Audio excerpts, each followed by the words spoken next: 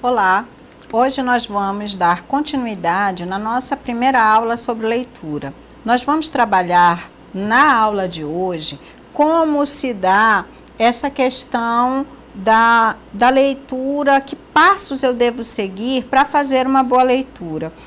Existem o que nós chamamos de técnicas de leitura, que são processos que eu vou executando passo a passo para que eu possa conseguir um bom aproveitamento da minha leitura, porque na universidade em especial eu não posso mais apenas fazer leituras corridas. Eu preciso anotar, sublinhar, eu preciso fazer registros, eu preciso fazer anotações. E é a respeito disso que nessa aula de hoje nós vamos tratar.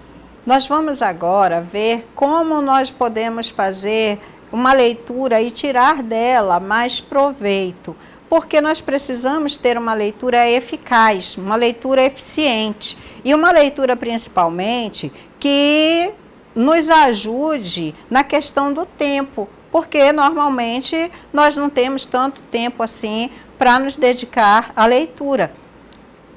Uma forma de otimizar essa leitura. Então, também eu não posso fazer uma leitura apressada do texto, isso não existe, eu não posso pegar, eu já li o texto, li uma vez e pronto, está aqui, já dei conta dele. Dificilmente isso vai acontecer num texto que requer uma compreensão maior. Então, você vai precisar fazer mais de uma leitura. E é isso que nós vamos ver nessa aula. É importante dizer que não existe uma fórmula mágica, uma receita. A professora está dando uma receita para eu fazer a minha leitura e vai dar tudo certo. Não. O que nós vamos mostrar aqui são passos que vocês podem fazer para alcançar uma boa leitura dentro de determinados objetivos. Então, para que eu estou lendo isso aqui? Eu estou lendo só para conhecer o texto. Então, eu posso seguir esses passos. Não, eu estou lendo porque eu preciso fazer uma crítica do texto. Então, eu preciso seguir outros passos. Tá? Então, não é uma receita, mas sim alguns passos para que essa leitura se torne melhor. O Adler, que é um autor já antigo e que estuda essa questão aí de como a gente pode fazer uma leitura melhor, ele diz que é um processo. Para eu compreender um livro, eu preciso seguir um processo. E essa palavra, ela é fundamental quando a gente fala de leitura, porque a maioria dos alunos, eles acham que ler, peguei o texto e li, pronto, acabou. Mas não, se eu faço isso, peguei o texto e li, pronto, acabou, a chance de eu ter o conhecimento daquele texto é muito pequena. O que eu faço? Eu sigo um processo. E para ele, esse processo está dividido como? Primeiro, eu considero o texto como um todo. Depois, eu considero as partes, os seus elementos. Então, primeiro eu tenho um todo. Qual é o todo? O todo ele trata de que tema? Qual é o assunto que ele trata? Esse é o todo. Ele fez isso como? Aí eu já vou para as partes. Não, ele dividiu em 3 unidades, ele dividiu em 4 capítulos. Eu chego, então, nas partes. Algumas perguntas aqui, elas me ajudam a desvendar o texto, a tornar esse processo de leitura mais eficaz. Qual é o todo desse texto? Ou seja, qual é o assunto geral desse texto? Depois eu me pergunto, e como é que ele está dividido? Como é que ele se organiza? A linguagem desse texto, ela é uma linguagem simples ou ela carece de atenção? Porque se ela carece de atenção, eu vou demandar mais tempo, porque vou precisar consultar o dicionário, vou precisar consultar outros materiais que me digam o significado daquilo que eu não sei. Porque como é que eu leio sem compreender o vocabulário? Não tem, eu não vou conseguir compreender, tá? E depois que eu já fiz essas partes, eu então me volto e pergunto: qual é o pensamento veiculado pelo autor? Qual é a ideia realmente que ele quer passar? Então, essas perguntas, elas são perguntas que servem para que eu siga um processo de leitura. Então, eu não estou simplesmente pegando o texto e devorando como se fosse um sanduíche. Eu estou pegando o texto e dando a ele a atenção que ele merece, tá? Então, passo a passo, eu vou fazendo esses questionamentos. Para o Adler, nós temos 3 leituras distintas. Nós temos a primeira leitura, que ele chama de estrutural ou analítica. Essa leitura, ele faz o todo, ele procede do todo para as partes, que seriam aquelas perguntas, não é? Qual é o assunto do texto, o aspecto mais geral. A segunda leitura, que ele chama de interpretativa ou sintética. Aqui ele já sai das partes para o todo, então ele quer saber como é que ele organizou essas partes. Está dividido em quantos capítulos? Os capítulos tratam de quê? E, por fim, a terceira leitura, que ele chama de leitura crítica ou avaliadora. Aqui o leitor vai fazer um julgamento, ele vai avaliar, ele vai analisar e vai ver se ele concorda ou não. Mais adiante, nós vamos verificar essa questão do que seria a crítica, porque, infelizmente, nós temos um conceito um tanto quanto equivocado do que seria a crítica. Bem, para realizar essa primeira leitura, a estrutural ou analítica, o que nós precisamos saber? Bem, qual é o tipo de livro que eu estou lendo? Ele é um livro técnico? Ele é um romance?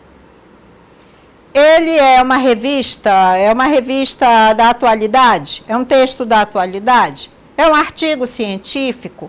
É uma lei? Então, qual é o tipo de leitura, qual é o tipo de material que eu tenho diante de mim? E vou saber qual é o assunto. O assunto é aquilo que é o geral que ele está tratando, né? Qual é o assunto geral que ele se propõe a tratar? Nem sempre a gente vai conseguir saber esse assunto geral pelo título, porque o título, às vezes, pode ser um título metafórico.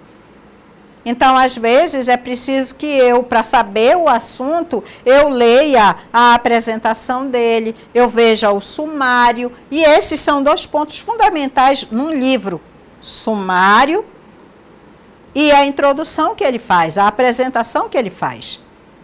Se eu estiver com certa pressa, eu não posso deixar de passar pelo sumário, porque é o sumário que me indica do que realmente ele vai tratar. Se eu estou lendo um artigo científico, o resumo vai cumprir essa função. Ele vai me indicar do que está tratando. Se eu estou lendo uma matéria de jornal, primeiro parágrafo vai cumprir essa função. Então, depois que eu passo por essa verificação do assunto, eu quero saber o que esse livro, como um todo, ele quer dizer para mim. E em quantas partes o todo se divide. Então, você vê que nessa leitura estrutural, eu estou olhando realmente o livro enquanto todo ele. Qual é o assunto dele, como é que ele está dividido, como é que ele se organiza, para que ele serve, qual a função dele, né? Ele é um livro de quê, ou ele é um texto de quê. E, por fim, eu vou verificar quais são os principais problemas que ele levanta. Isso eu posso verificar numa rápida leitura ali da sua apresentação e do seu sumário. A leitura interpretativa ou sintética, eu já vou fazer o quê? Olha, interpretar. Eu vou interpretar esse conteúdo. Eu já vou me voltar para verificar vocabulário. Primeiro passo, eu não consigo fazer uma interpretação se eu não domino as palavras. Ah, professora, mas olha, leva muito tempo, porque eu fico procurando as palavras, aí eu perco tempo. Mas qual é o seu propósito com a leitura? É ganhar tempo ou é compreender o texto? Porque se seu propósito é compreender o texto, você vai gastar o tempo necessário para a compreensão dele. E lembra da nossa aula anterior, quando nós falamos da memória? Vocabulário se constrói também a partir da memória. As palavras que eu leio, eu memorizo. As palavras que eu aprendo o significado, eu memorizo. Quanto mais palavras eu souber o significado, mais rápidas serão minhas próximas leituras. Então, não pense que você está fazendo um trabalho em vão, indo ao dicionário para procurar as palavras que você não sabe e anotando essas palavras. De forma nenhuma, você está construindo um acervo pessoal. E esse acervo ele é fundamental para o seu desenvolvimento de leitura. Depois você faz a busca das sentenças importantes. Essas sentenças importantes são aquelas palavras que são palavras mais específicas daquele campo. São palavras que são próprias do direito, que são próprias da medicina, que são próprias das letras, que são próprias da geografia. Então, são palavras que só o dicionário não vai resolver. Você vai precisar consultar livros que sejam mais especializados naquela área, tá? Tanto que nós temos dicionários de todas as áreas. Nós temos dicionário de geografia, dicionário de filosofia, dicionário de história, que são materiais que vão trazer essas sentenças, essas palavras que são mais técnicas e que são fundamentais para um bom desenvolvimento da leitura. Saber os parágrafos que exprimem argumentos. Qual é o argumento que ele está utilizando? O que ele está utilizando para se embasar naquela ideia que ele defende, tá? E saber quais os problemas que o autor resolveu e quais ele deixou sem solução. Então, eu passo por esse processo de leitura interpretativa, começando nas palavras, passo para os argumentos e vejo os problemas. Na nossa próxima leitura, que é a leitura crítica ou avaliativa, ou avaliadora, nós vamos ter, sim, aí digamos que um trabalho maior. Porque a leitura crítica ela é a mais exigente de todas. Ela é o maior nível de leitura que eu posso chegar. Quando eu chego nesse nível de fazer uma crítica daquilo que eu estou lendo, significa dizer que eu estou me comportando não mais como um mero leitor, não mais como um mero aluno. Eu estou me comportando como um intelectual que, de fato, tem conhecimentos e que pode avaliar e que pode debater. É a leitura mais difícil, por quê?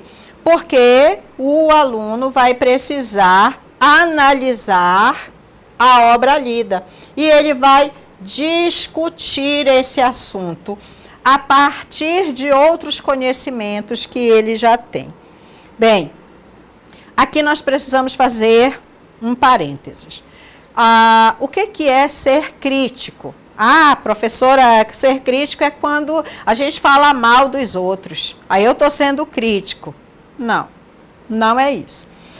Então ser crítico, professora, é assim, a gente chega no lugar e aí a gente já faz logo escândalo. Não, isso também não é ser crítico. Professora, então, ser crítico é quando eu discordo de tudo, eu sou do contra, não concordo com nada, aí eu estou sendo crítico. Não, também não. Ser crítico no campo acadêmico, no campo da ciência, é você estabelecer juízos a partir de outros conhecimentos. Você só se constitui criticamente se você pode dizer essa obra comparada a esta, ela se apresenta desta forma. Este autor comparado a este está assim, assim, assim. Professora, então quer dizer que se eu só li um livro, eu não posso fazer uma crítica? Não numa crítica no campo científico. Você pode fazer uma crítica pessoal, do tipo, eu gostei, eu não gostei, mas isso academicamente não se sustenta. Por isso, essa é uma parte muito difícil de ser feita. Eu preciso, para chegar no nível da crítica, já ter construído um acervo de leitura. Eu preciso já ter lido outras obras para que eu possa estabelecer relação. Professora, mas acontece que eu queria dizer para a senhora que eu sou do primeiro período e eu estou começando agora. Então, eu já posso fazer essa leitura crítica? Sim, porque você não chegou aqui só sem nenhuma leitura. Você já tem outras leituras que você fez ao longo da sua vida. Então, você pode estabelecer essa relação com essas outras obras. Você pode estabelecer relação com os filmes, com as músicas, com as vivências que você tem. Professora, mas acontece que eu nunca li nada na minha vida. Nunca li nada, eu estou chegando agora na universidade e é agora que eu vou ler. Eu posso fazer essa leitura crítica? Não. Aí você não pode fazer essa leitura crítica porque ela precisa de outros conhecimentos. Ela precisa de outras fontes bibliográficas. Então, esta aqui é a parte mais difícil de ser feita, porque ela envolve exatamente toda essa complexidade. Bem, nessa parte você pode se questionar a respeito deste assunto, em que o autor amplia a discussão. Então, eu vou lá na minha leitura crítica e eu digo, ele amplia a discussão nisso, nisso e nisso e nisso, porque o autor anterior, ele havia parado nessa questão. Mas você observa como você precisa ter tido outra leitura para você saber se ele amplia ou não a discussão? Eu posso ainda me questionar quais são os elementos novos que esse autor estabelece para esse tema. Quais os aspectos que o autor não trata, que aspectos ele deixa de fora, ele ignora. Em que se parece com as ideias de outros autores? Aonde é que eu posso ter visto isso antes? Isso se dá... às vezes a gente está na sala de aula e você fala de determinado assunto e o aluno pede a palavra e diz, professora, eu li um livro que falava disso, disso, disso, disso, que se parece com esse assunto. Ele lê um livro que era um romance. Mas olha aí, ele está fazendo uma crítica, ele está trazendo um livro de romance que ele já leu para estabelecer uma relação com um assunto que por vezes é um assunto científico. Então, em que se parece, não é, essa ideia com outros autores, em que difere de outros autores e, comparando com a realidade, como ele se aproxima ou ele se distancia dela. Por quê? Porque nós já vimos lá no começo, na outra aula, na aula anterior, né, comecinho da outra aula, a leitura do mundo precede a leitura da palavra. Então, a realidade, ela bate com essa leitura? Ou o que não bate? O que ele não está colocando da realidade? Então, isso aqui são algumas perguntas. Esses são alguns questionamentos que você pode fazer para a leitura crítica.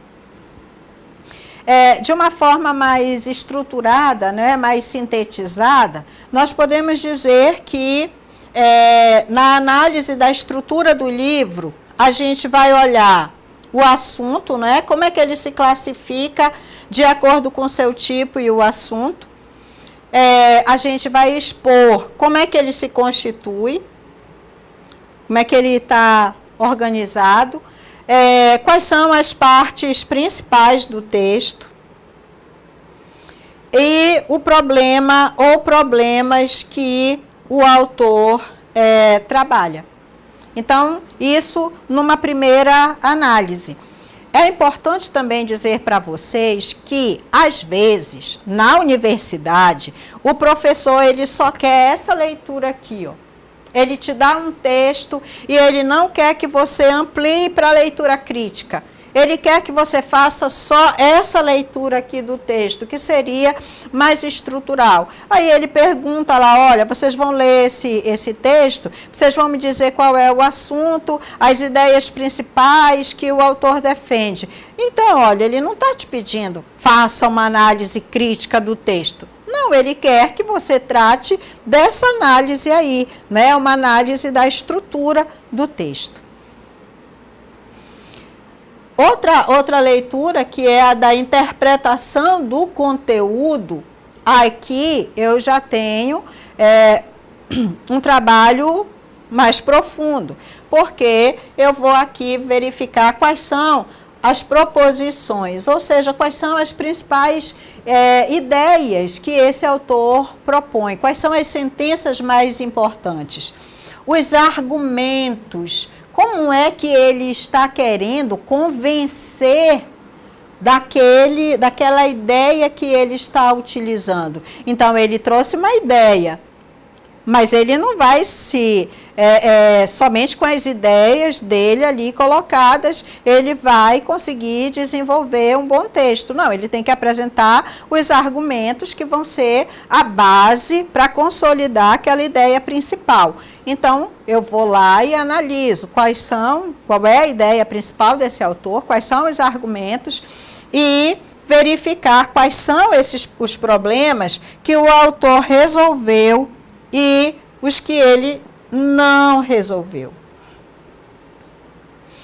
Aqui, o autor indica que a gente também pode ver se o autor ele reconhece, né, que não resolveu o problema. De modo geral, os textos não reconhecem. O autor não diz, olha, eu não dei conta desse problema aqui, né? Ele deixa isso para que o próprio leitor descubra. A nossa próxima já é a leitura crítica, não é? Então, aí nós temos que mostrar em que o autor não está informado, em que o autor está mal informado, mostrar que ele é ilógico, se ele é ilógico, e em que essa análise é incompleta. Então, nós vamos verificar se ela é incompleta, se em algum momento ele é ilógico, se ele está mal informado a respeito de algum assunto, e aquilo que ele não está informado. Então, ele não considerou determinado aspecto, isso já é uma questão crítica. Mas eu só posso fazer isso se eu sei qual é a informação verdadeira. Observem que sempre nessa questão da crítica, eu nunca vou poder fazer uma crítica baseado no velho e bom, eu penso, eu acho. Isso na universidade não existe, na universidade não vai dar conta de fazer a crítica. Então, quando eu afirmo que o autor não está informado, é porque eu sei a informação. E como é que eu sei a informação? Eu sei porque eu já li em outros materiais, em outros livros, em outros textos. Eu sei porque eu já conheço a lei que trata disso. Eu sei porque eu já conheço o procedimento médico para isso. Então, a crítica, ela sempre vai partir de um conhecimento que já foi construído anteriormente. Ela não se dá simplesmente nessa coisa do eu discordo. Por que você discorda? Não, porque eu não gostei. Isso daí é a crítica que a gente faz quando a gente não gosta do almoço na nossa casa. Isso não é uma crítica que a gente faz de uma obra que a gente leu. Tá? Então, são críticas diferentes. Aqui, a crítica é um trabalho sofisticado, tá? É uma leitura mais ampliada, é um diálogo com tudo aquilo que eu já li anteriormente. O Faustiche, que é um outro autor, ele também estabelece tipos de leitura para textos técnicos. Ele divide em informativa e interpretativa. Essa leitura técnica, a informativa, olha o nome que ele dá, informativa. Então, se ela é informativa, qual é o objetivo dela? É informar. Tá? Então, ela faz uma leitura seletiva. Dentro dessa leitura seletiva, ele identifica a palavra-chave, que vai dar a ideia central, e as palavras-chave das ideias secundárias. Se vocês estiverem atentos, eu trabalhei com essa leitura seletiva na nossa primeira aula. De cada conceito que eu trabalhei de leitura, eu peguei palavras-chave. E dessas palavras-chave, eu fui dando o significado para poder construir todo o conceito de leitura. Então, olha, eu passei por esse processo de leitura informativa, tá? E é uma leitura, essa leitura seletiva, ela é maravilhosa. Simplesmente maravilhosa, por quê? Porque você vai nas palavras, que são as palavras das ideias centrais e das ideias secundárias. E quando você consegue fazer a conexão delas, você tem o todo do texto. Você fez, então, uma leitura compreensiva do texto, tá? A leitura crítica é uma leitura abrangente do assunto.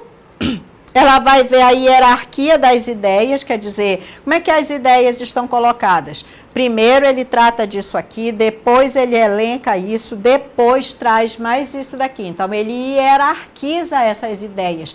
Como é que esse texto se construiu para que ele apresentasse suas ideias, tá? Como é que ele está organizado. Essa seria a leitura informativa. A leitura interpretativa, o Faustiche, ele trabalha com os critérios do Bloom. E o Bloom, ele estabelece uma hierarquia para o aprendizado. E ele traz essa hierarquia do Bloom, do aprendizado, para a leitura. O que faz muito sentido, por quê? Porque aqui nós estamos no campo da leitura interpretativa. Olha, aqui já é uma leitura que eu preciso me dedicar mais, eu tenho que interpretar. Então, para interpretar, eu preciso o quê? Eu preciso compreender, eu preciso analisar, sintetizar, avaliar e aplicar. Na primeira, na compreensão, eu vou entender o texto. Só o texto. Vou lá, leio o texto, compreendi. Agora eu vou analisar. Eu vou verificar como é que o texto ele está em relação às partes em relação ao todo. Como é que ele está como é que ele se divide? E depois disso, eu vou tirar as ideias centrais, que é a parte da síntese. Quais são as ideias centrais que esse texto me traz? Síntese. A avaliação, eu faço um julgamento lógico desse texto e dessa organização. E a aplicação, quando eu faço uma associação, tá? A aplicação, ela é parecida com a análise crítica do Faustich, porque ele então coloca aqui a utilização do assunto linkado a outros conhecimentos. Eu vou fazer uma espécie de associação das leituras que eu já tenho com essa nova leitura que se está fazendo. Nesse ponto, nós vamos trabalhar algumas técnicas de leitura. Normalmente, as técnicas de leitura vocês já viram numa disciplina chamada Metodologia do Estudo. Essa disciplina, ela trata de forma até mais abrangente a respeito dessas técnicas. Mas como nosso assunto é leitura, né, e nós não queremos deixar nenhum campo aberto, nós vamos tratar a respeito dessas técnicas. Quando você estiver lendo, estudando, qualquer que seja o texto, qualquer que seja o assunto, principalmente quando você está só você e o texto, você precisa desenvolver algumas técnicas. A primeira delas, a de anotar. Se você não anota, você perdeu. Você não sabe depois aonde foi que você leu. Você não sabe, você está lá perdido. Está aqui, eu li, mas eu não sei mais aonde foi. Então, anotar. Quando o livro é seu, quando o texto é seu, não há nenhum impedimento de que você faça as anotações no seu próprio livro ou no seu próprio texto. É claro que se é um livro da biblioteca, você vai ter o bom senso, né, de saber que você não pode riscar, porque aquilo ali é um bem coletivo. Mas se o livro é seu, sem problema nenhum. Eu particularmente, eu faço minhas anotações em Lê-Post-it. Então, eu coloco lá o Lê-Post-it, faço as anotações que eu quero, até porque elas duram por mais tempo. E eu tenho a oportunidade até de escrever mais, né, por conta do espaço mesmo que o papel vai me dar. Então, anotar é fundamental. Durante seu processo de leitura, anote. Anote o que você entendeu, o que você não entendeu também. Anote significado de palavras. Anote coisas que você achou engraçada.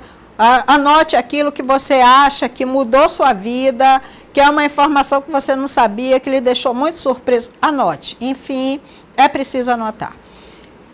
Além da anotação, a questão de esquematizar o texto, de transformar o texto em roteiro e de realizar resumos. Todas essas aqui são técnicas. Eu posso anotar, eu posso esquematizar, eu posso transformar o texto em uma espécie de roteiro e posso fazer resumos. As anotações corridas, tá? Como é que eu faço isso?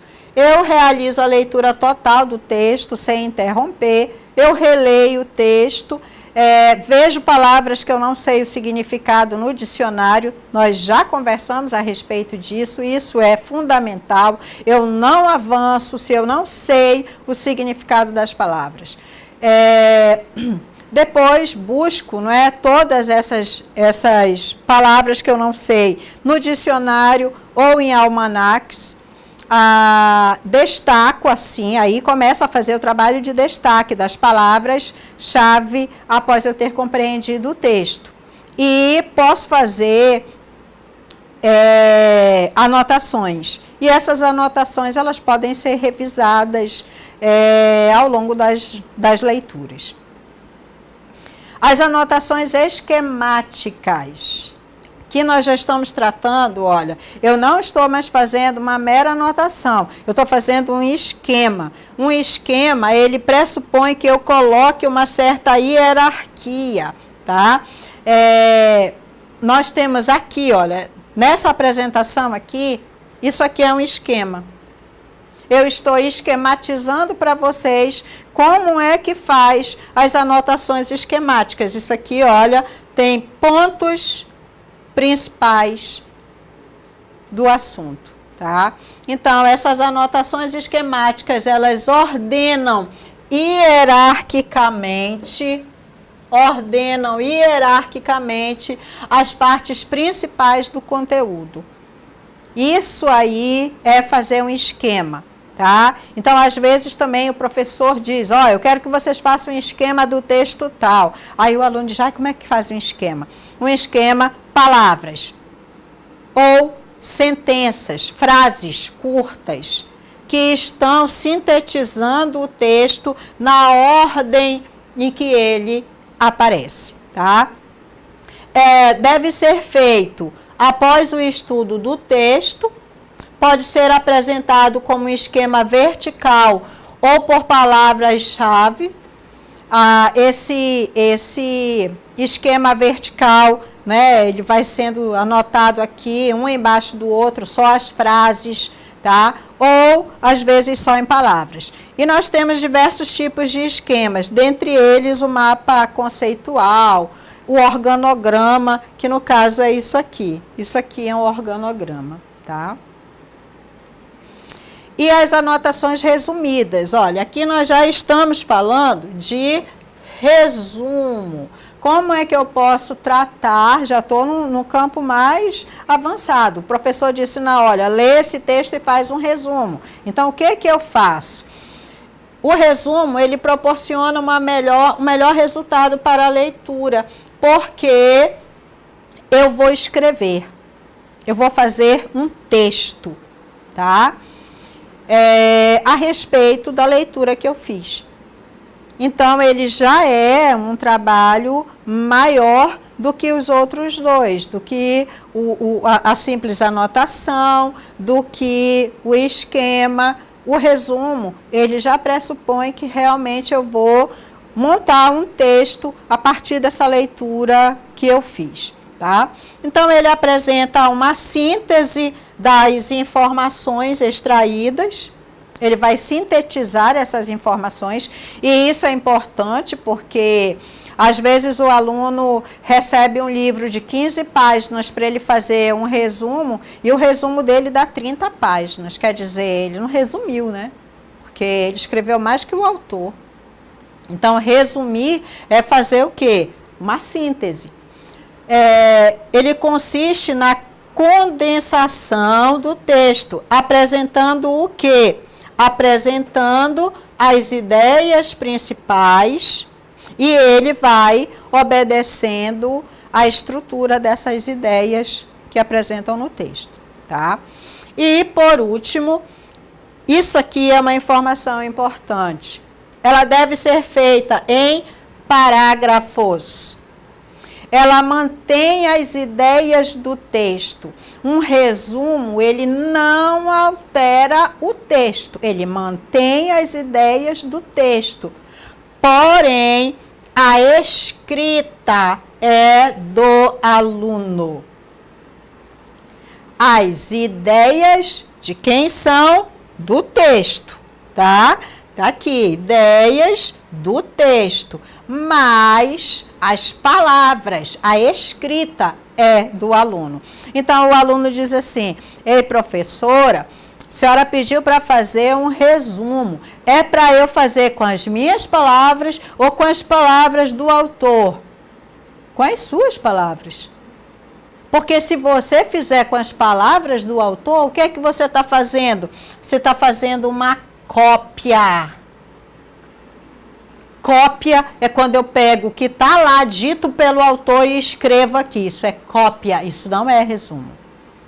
Resumo é eu retirar as ideias principais do autor e reescrever com as minhas palavras, tá? Então, ele é uma síntese das principais ideias reescritas pelo aluno, ok?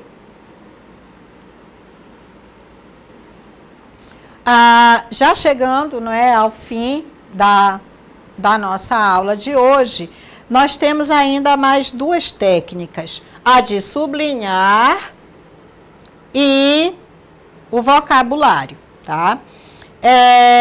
A de sublinhar, essa, embora pareça assim algo muito básico, não é? Mas a gente observa que muitos alunos, eles não sabem o que sublinhar. E aí, como eles não sabem o que sublinhar, e o professor diz para eles assim, ó, sublinha tudo que for importante. Aí, no final da aula, o texto dele está todo sublinhado, está todo grifado. Ele gastou o marca-texto dele todo naquele texto. Por quê? Porque ele achou tudo importante.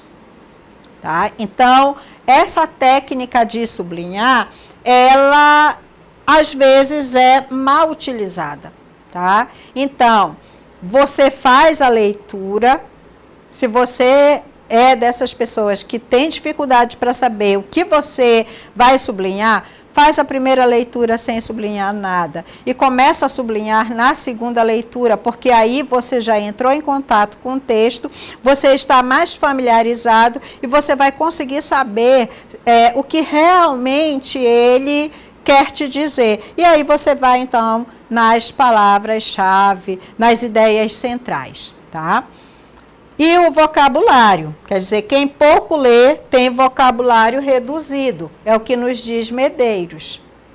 E isso aí, se você lê pouco, seu vocabulário é reduzido. Se seu vocabulário é reduzido, você tem muita dificuldade para compreender os textos e não tem receita milagrosa. Não tem, não há essa receita. Professora, como é que eu melhoro minha leitura? Lendo. Lendo, é assim que você melhora a sua leitura. Professora, como é que eu melhoro minha escrita? É escrevendo. Como é que eu melhoro minha interpretação? É interpretando. Não há receita milagrosa. O que nós estamos fazendo aqui, olha, são alguns passos que vão te ajudar no processo de leitura. Mas se você não faz as leituras, aí você tem mais dificuldade no processo. Então, a leitura se torna incompreensível, ela é ineficaz se não há domínio do vocabulário. Nada, não tem leitura de mundo, não tem contexto, não tem subentendido, não tem inferência. Nenhuma dessas técnicas você vai conseguir fazer, você não vai conseguir entender o texto se você não parte de algo que é muito simples, vocabulário. Então, novamente, estou me repetindo, porque isso é importante. Gaste o tempo necessário para procurar as palavras que você não sabe, para que assim você se torne um leitor melhor. Então, aqui nesta aula, o que é que nós vimos? Nós vimos alguns tipos de leituras que nós podemos fazer, alguns tipos desses que a universidade solicita, não é? Que tipo de leitura eu posso fazer para cada necessidade, para cada momento, não é?